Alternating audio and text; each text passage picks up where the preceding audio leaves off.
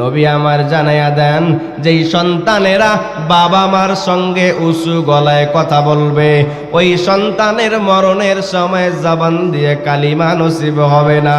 আর যদি কালিমা নসিব না হয় ওই সন্তানের জন্য পরকালীন জীবনটা হবে বড় কষ্ট। আল্লাহর নবীর একজন সাহাবী হযরতে আলকামা রাদিয়াল্লাহু তাআলা আনহু মুমূর্ষ অবস্থায় এমন সময় তার স্ত্রী ডাক দিয়া বলে, রে স্বামী আমার, আপনি হয়তো কিছুক্ষণ পরে দুনিয়া থেকে বিদায় নিয়ে চলে যাবেন, আপনি কালিমা পড়েন, আল্লাহ এবং তার রাসূলকে স্মরণ করেন। আলকামা রাদিয়াল্লাহু তাআলা আনহু ডাক দিয়ে বলেন, ও স্ত্রী, আমি তো চেষ্টা করছি কিন্তু জবান থেকে কালিমা বের হচ্ছে না। নবীর কাছে সংবাদ চলে গেল, নবী আপনার সাহাবী হযরতে আলকামা জবান থেকে কালিমা পড়তে পারছে না, কালিমা বের হয় না। নবী আমার বলল, যাও যাও খোঁজ নিয়ে দেখো আলকামার বাবা মা দুইজন অথবা যে কোনো একজন জীবিত আছে কিনা। খোঁজ নিয়ে দেখা গেল হযরতে আলকামার মা এখনো জীবিত আছে। নবীজি বললেন, তাকে আমার কাছে নিয়ে আসো, আর যদি সে অসুস্থ হয় আমি নবী তার কাছে যাব। কিছুক্ষণ পর ওই আলকামার মাকে নবীর দরবারে হাজির করা হলো। নবীজি ডাক দিয়ে বলেন, রে আলকামার মা, আপনি বলেন আপনার সন্তান আলকামা কেমন ছিল? আলকামার মা বলে, ওগো নবী, আমার সন্তান অত্যন্ত ভালো মানুষ ছিল, কোনোদিন নামাজ কাজা হয় নাই, কোনোদিন রোজা কাজা হয় নাই, এমনকি তাহাজ্জুদও কাজা হতো না, দান সদকাও করত, মানুষের সঙ্গে ভালো ব্যবহার করত, সমাজ কল্যাণমূলক কাজও করত। কিন্তু আমার সন্তানের প্রতি আমার অন্তরে একটা ব্যথা। আল্লাহর নবী বলেন, কি ব্যথা? আলকামার মা বলে, আমার সন্তান যখন আমার সঙ্গে কথা বলতো, আমার সঙ্গে উঁচু আওয়াজে কথা বলতো। নবীজি ডাক দিয়ে বলে, রে আলকামার মা,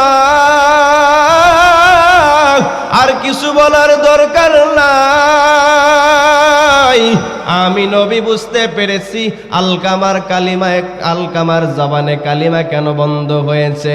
আল্লাহর নবী ডাক দিয়ে বলেন, রে বেলাল, যাও যাও শুকনা লাকড়িগুলো খড়িগুলো একত্রিত করো, আমি নবী আলকামাকে জ্বলন্ত আগুনের মধ্যে জ্বালায়া দেব।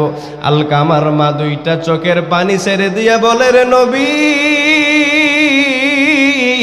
এই সন্তানকে কত কষ্ট করে করে মানুষ করেছি, এই সন্তানকে কত আদর করে মায়া করে লালন পালন করেছি, আজকে সেই সন্তানকে আমার সামনে জ্বালায়া দেবেন, আমি মা সহ্য করতে পারবো না। নবী ডাক দিয়া বলেন, রে আলকামার মা, এটা তো দুনিয়ার আগুন, এটা সামান্য আগুন, কিন্তু আপনি যদি আপনার সন্তান আলকামাকে ক্ষমা না করেন, যদি আপনার সন্তান আলকামাকে মাফ না করেন, তাহলে এর চাইতে কঠিন আগুন, জাহান্নামের আগুন তার জন্য অপেক্ষা করছে। আলকামার মা ডাক দিয়ে বলে, নবী আমার, আমি আপনাকে সাক্ষী রাখলাম এবং আমার আলকামা আমার সন্তানকে আমি মাফ করে দিলাম। খেয়াল করবেন, এবার নবী বেলালকে বললেন, ও বেলাল, যাও যাও গিয়া দেখো এখন আলকামা কালিমা পড়তে পারছে কিনা। হযরতে বেলাল রাদিয়াল্লাহু তাআলা আনহু বলেন, আমি এখনো পর্যন্ত ঘরের ভিতরে যাই নাই, ঘরের বাইরে থেকে থেকে থেকে থেকে আমি শুনছিলাম হযরতে আলকামা জবান খুলে খুলে পড়তেছে, লা ইলাহা ইল্লাল্লাহু মুহাম্মাদুর রাসূলুল্লাহ। ও আল্লাহর বান্দারা, মায়ের সাথে উঁচু আওয়াজে কথা বলার কারণে যদি একজন সাহাবী হওয়ার পরও কালিমা বন্ধ হয়ে যায়, আপনি আমি যে দিনের পর দিন বাবার সঙ্গে বেয়াদবি করলাম, মায়ের সঙ্গে বেয়াদবি করলাম, উঁচু আওয়াজে কথা বললাম, আমার আপনার অবস্থাটা কি? নবী আমার ডাক দিয়ে বলে, রে উম্মতের দল,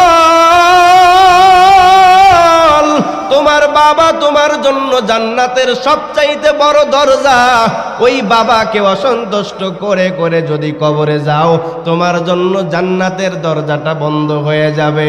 যদি তুমি জান্নাতে যেতে চাও, যাও যাও, বাবা মায়ের পাও দুইটা জড়াইয়া ধরো, দোয়া চাও আর বলো, মা ও আব্বা জান, আমি ভুল করেছি, বুঝতে পারি নাই, অন্যায় করে ফেলেছি, আমি চাই আমার পরকালীন জীবনটা যেন সুন্দর হয়, আমি চাই আমার আল্লাহ যেন আমার উপরে খুশি হয়ে যায়, আপনি আমাকে মাফ করে দেন। নবী বলেন, ওই মা যতক্ষণ মাফ করবে না, বাবা যতক্ষণ মাফ করবে না, ততক্ষণ পর্যন্ত চোখের পানি দিয়ে যদি বন্যা বয়ে দেয়, তারপরও আল্লাহর দরবারে ওই বান্দাকে মাফ করা হবে না। মনে আছে তো হকুল ইবাদ, বান্দার হক। বান্দার হক মাপ নিতে হয় কার কাছ থেকে? আল্লাহর কাছ থেকে। বান্দার হক কার কাছ থেকে মাপ নিতে হয়? বান্দার কাছ থেকে। আল্লাহর হক আল্লাহর কাছ থেকে মাপ নিতে হয়, বান্দার হক বান্দার কাছ থেকেই মাপ নিতে হয়।